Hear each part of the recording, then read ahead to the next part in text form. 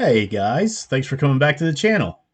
So, if this is part 4, if you've been following along, watched parts 1, 2, and 3, you can tell that I made a little intro video, and that's what this is. And right now I'm just talking, wasting time to get through that. Um, so, part 4 here, we are going to be leaving Dewey's sister's place and heading to Old Cahaba, which was Alabama's first capital, which was pretty cool. It was abandoned after the Civil War, basically. I mean, there was a few people there, but basically abandoned. And then we are heading to what is called the Alabama Rubicon. So it is, I don't know if it's county roads, state road. It's unmaintained roads, mountain roads. But it's 600-1 and 600-2.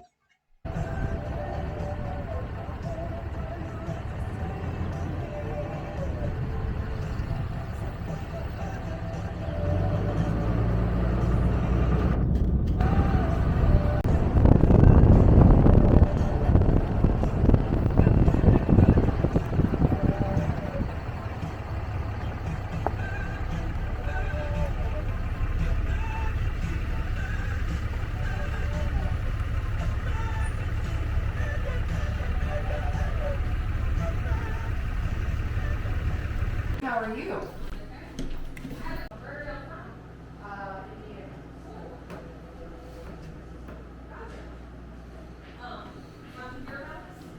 My sister, she's been here, she took pictures. Okay, cool. And then just exploring. Hello. So, was Alabama's first state capital from 1819 to 1826. So all of these roads that are brown, you can walk or drive. So we're here at the Visitor Center, and Capitol Street is this road behind me. Okay. So that's about a half mile, and that's about a mile and a half. Okay. And then all of the numbers represent something on the landscape that's left over from the town. So you'll see things like cemeteries, artesian wells. There's still a few buildings left.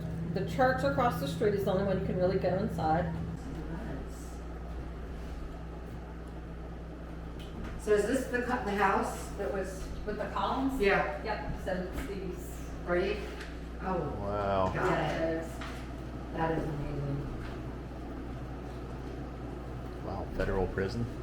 Yeah, so there was a POW prison here during the Civil War. Okay. It's nothing that's left. You can still make out the foundation. So when you go down Capitol Street, if you look off and to the right, you'll see a chimney that looks like it's just sitting in the middle of the grass all by itself. That's where the prison was located, but we don't think that chimney was part of the prison. Gotcha. But this kind of gives you an idea of where you can kind of try and look for the foundation. Sure, yeah. And then we have interpretive signs Okay. Okay. scattered around. And I don't know if you remember with the Sultana. No. So at the end of the war, they were sending soldiers home, and there was a boat that was going up the Mississippi River. So it was parked in Vicksburg, and they put over 2,000 people on this boat that was only meant for 300 people.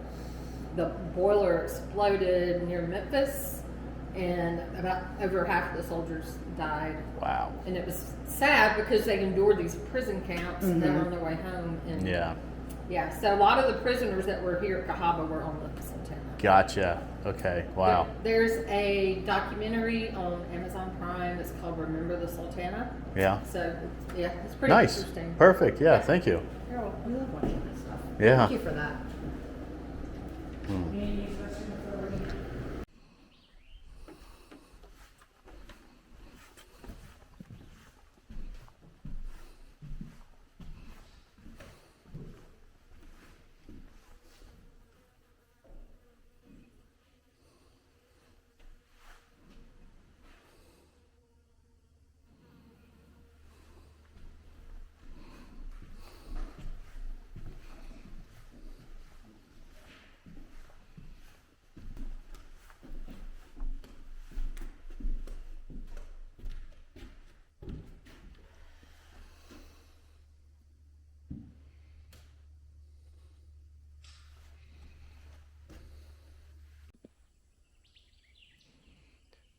By the way, I don't know how long it's been since I've ridden a bike.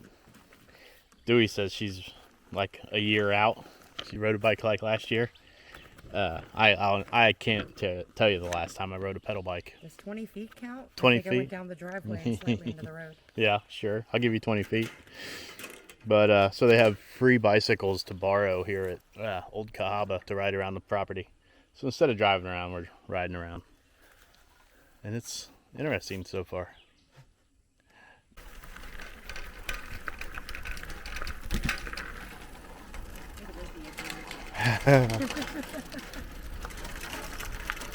Dewey, don't like the ape hanger handlebars. I think you're doing just fine. I'm on the wrong side of the road even. Yeah.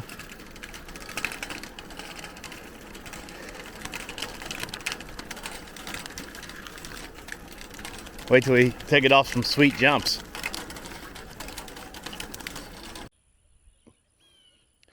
There's a steel skeletal structure of the first state house. That's actually pretty cool because then you don't have to worry about it weathering.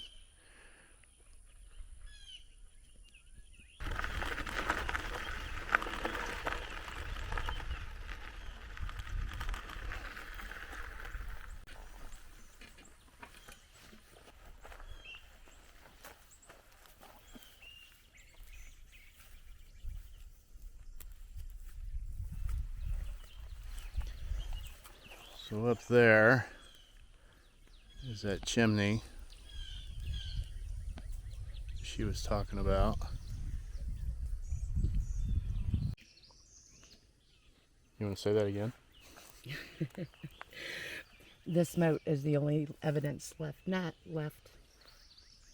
Yeah, this This is how they figured out where it was.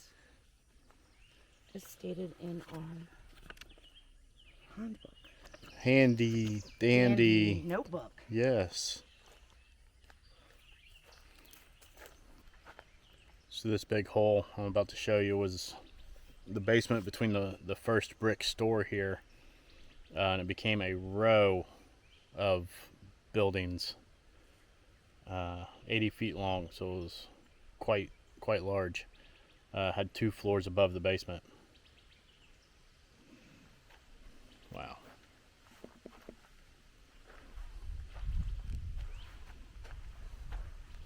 So yeah, you know, kind of it's a big hole in the ground. But on the other side of the hole, you can see these brick columns are what's left from the columns in front of the house that was attached to the store.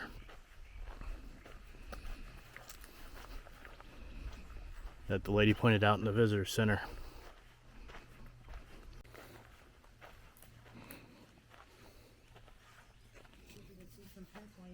So here's the house, and these columns here are these big brick columns.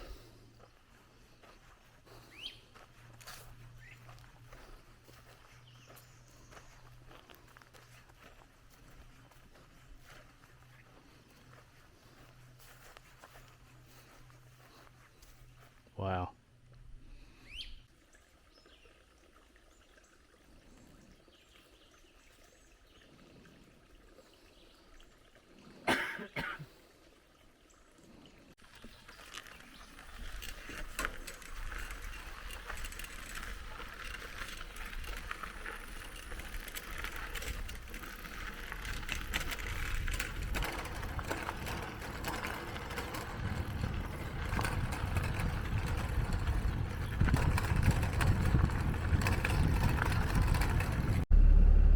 So as you're traveling across central Alabama, I just wanted to stop in and point out that if you need a quick bite or a fuel stop, you can always stop in at the Barking Frog.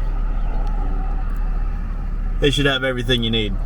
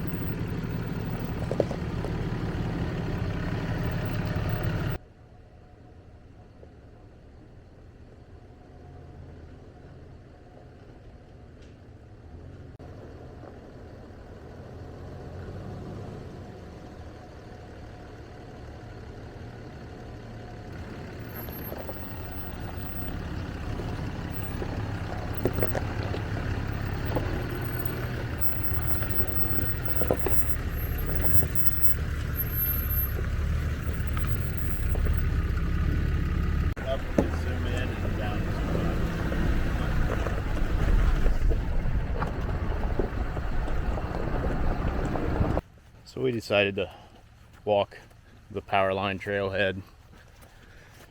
I have a feeling all we're going to see is sun and haze. Well, she just pointed out, I love when my girlfriend proves me to be an idiot. No. Yeah. So if you drive up here, you can, it's a loop. You can loop around. I thought I was going to have to back out. Wow, so there's the wildfires, or possible prescribed fires. They are over that way, putting a lot of smoke in the sky.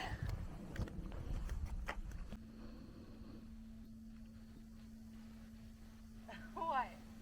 Yeah, what? It's your camera I could drop. I'm not worried about the camera. The old lady killed mine. Yeah. The Witch of Cahaba Yeah. killed your phone with the underwater shots. I don't do cardio. I really don't like where you're sitting. I think I'll be alright. Oh God.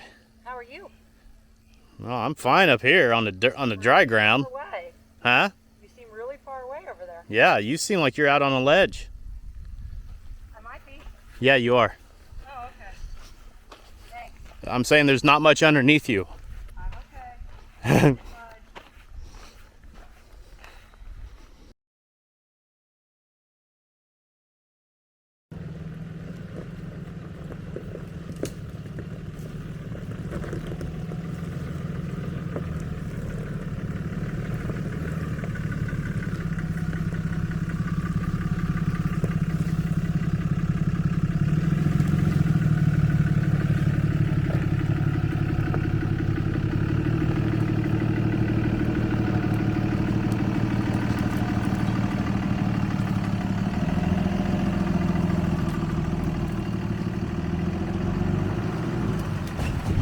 Oh, shit.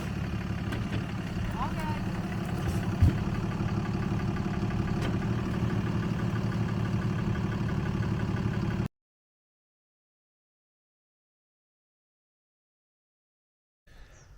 So here I am a month later, and I'm editing this this video right now, and I realized I wanted to come out here and actually show you what I did to the rack. And in the since the sun's good and everything, the sun's right.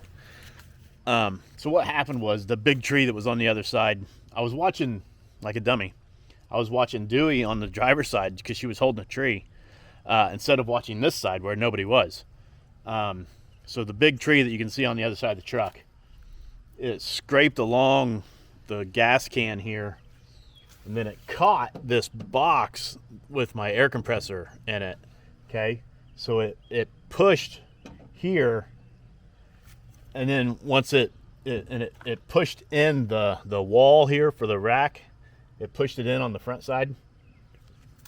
See if I can show you right here. So this it's curved down here. It's bent in. It's not bad. I mean, it's whatever, inch or two, but it pushed here and pushed it in, and then it slid past and caught this strap. I don't like this box. I don't remember the I got it off Amazon, but I don't remember what company it is. This is pretty cheaply made, and I paid too much for it, and I've got to fix this strap. It works, but I mean, I don't like it. But the truck bed rack took it. This is stainless steel and aluminum is what this rack's made of. I did actually lose my end caps up here, so I have to get some new caps, I guess. But the fact that this wall is pushed in doesn't bother me at all, really. I could get a new panel, but I'm not too worried about it. I couldn't believe how well the rack held up. This is a testament, in my opinion, to the durability and stability of the trucked bed rack. So I'm not sponsored or anything. I just got a deal on it, and the company has been great to work with. They used my truck once at one of the events, Overlaying the Red. They had it in their booth, and I support them. It took a tree. This truck was like 10,000 pounds, and I went into a tree with 10,000 pounds of force, basically, and it just bent this in, and the supports and everything took it, you know. So if you're looking for a bed rack, trucked, TRUKD, trucked.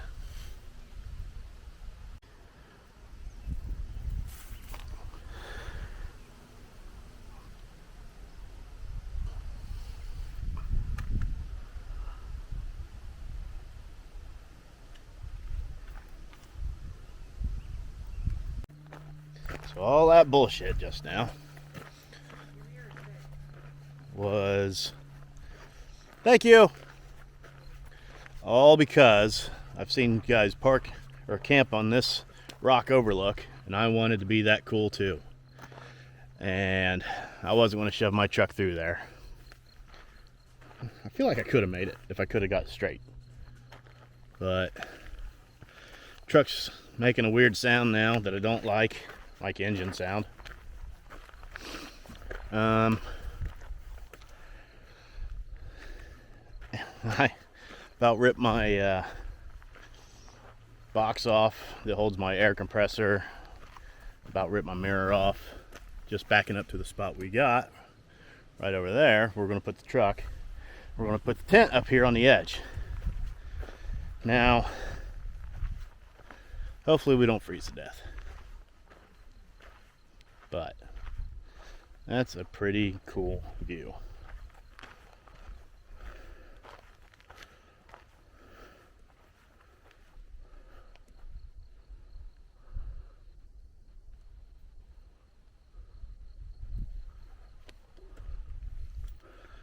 Did you come out here yet?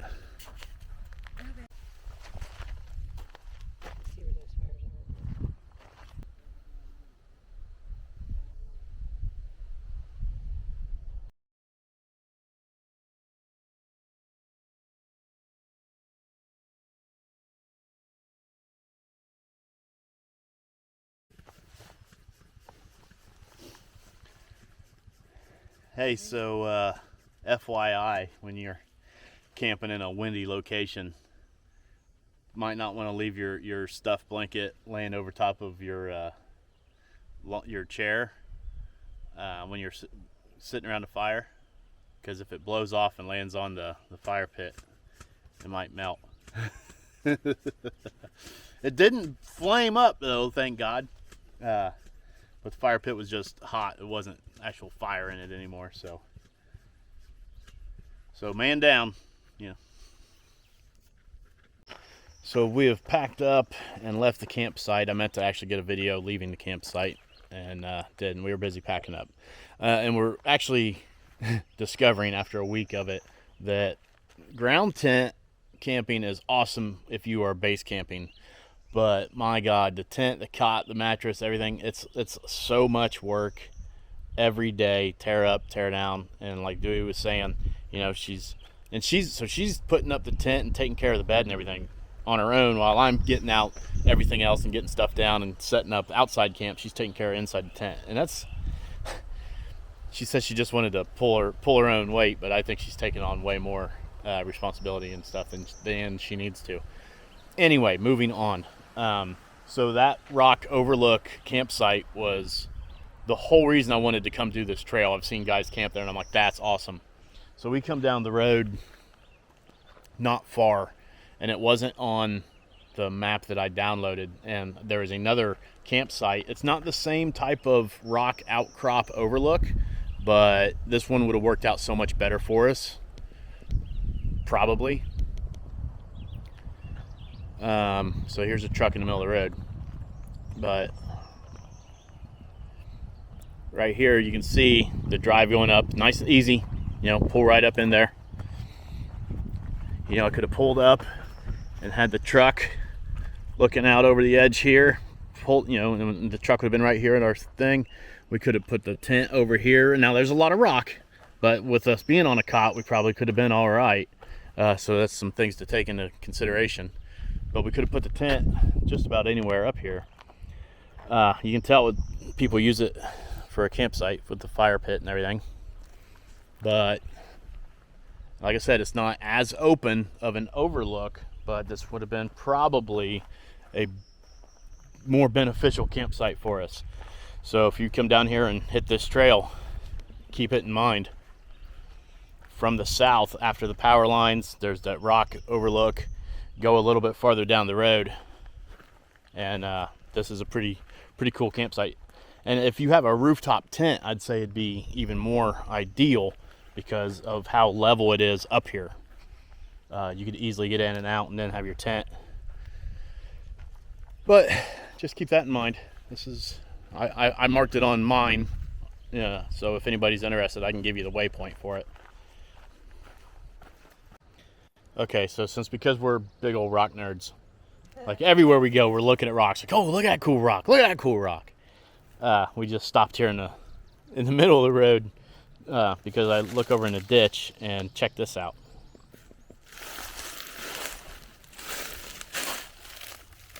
Like, look at the lines and layers. It's a shale, and it looks like looks like there's cut marks.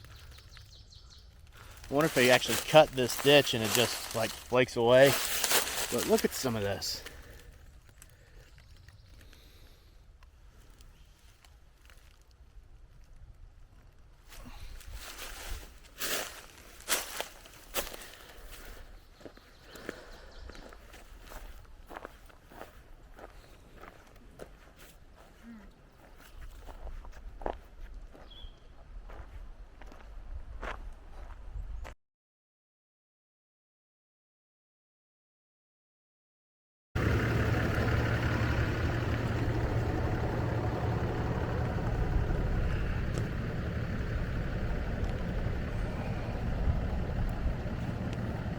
I'm not sure what kind that feller is. I'm gonna guess non-venomous by his rounded head. But I still don't want to hit him.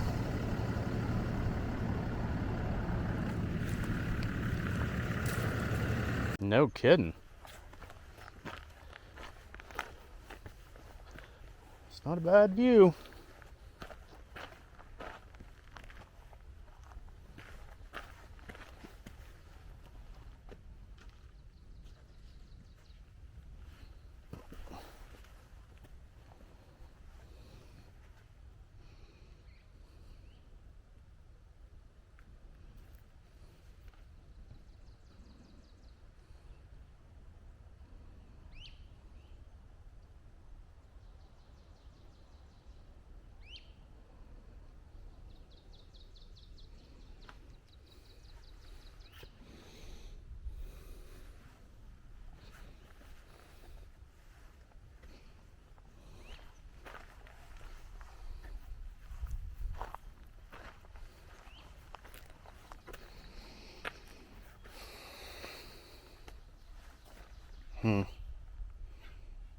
Some artists hard at work apparently.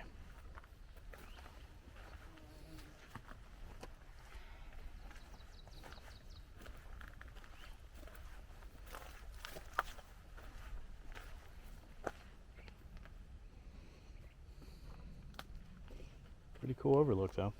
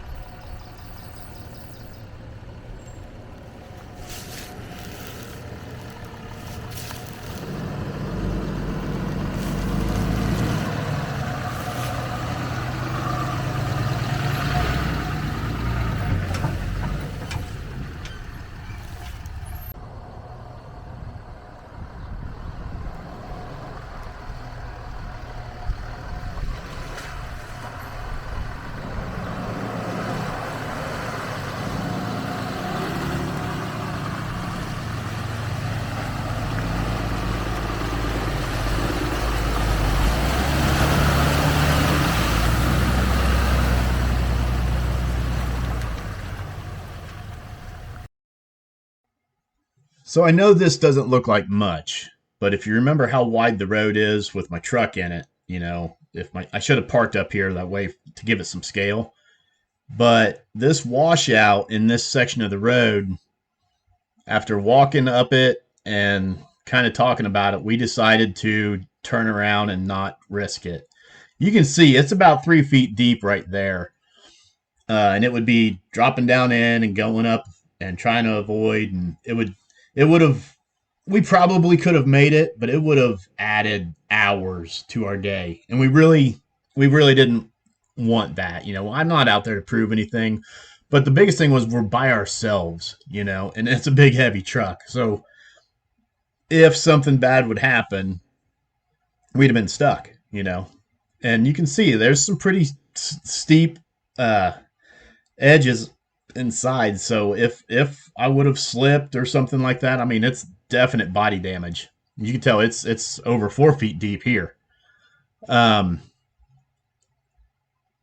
as it went on for a good half mile, probably. I'm maybe exaggerating, quarter mile, I don't know, but it was pretty extreme. And then we get up here to the upper end, and there was a pretty good wall, which after looking at it, if I could have got down in it, I could have I figured out how to come up out of it, but it wasn't worth the risk. We ended up just turning around and continuing on the direction we were going, and it probably was the best. I know it was the best option, but it made for a great rest of the day. We saw some other things that we never would have saw otherwise. And we could have actually just went around this. So here's that wall I was talking about. I mean, it's good 5 feet or whatever, big rocks and stuff. And the truck's been doing great off-road, but there was just no need in trying to do that. But we could have just went around this section and got back on 600-2 and continued on and saw the fire tower and some other stuff.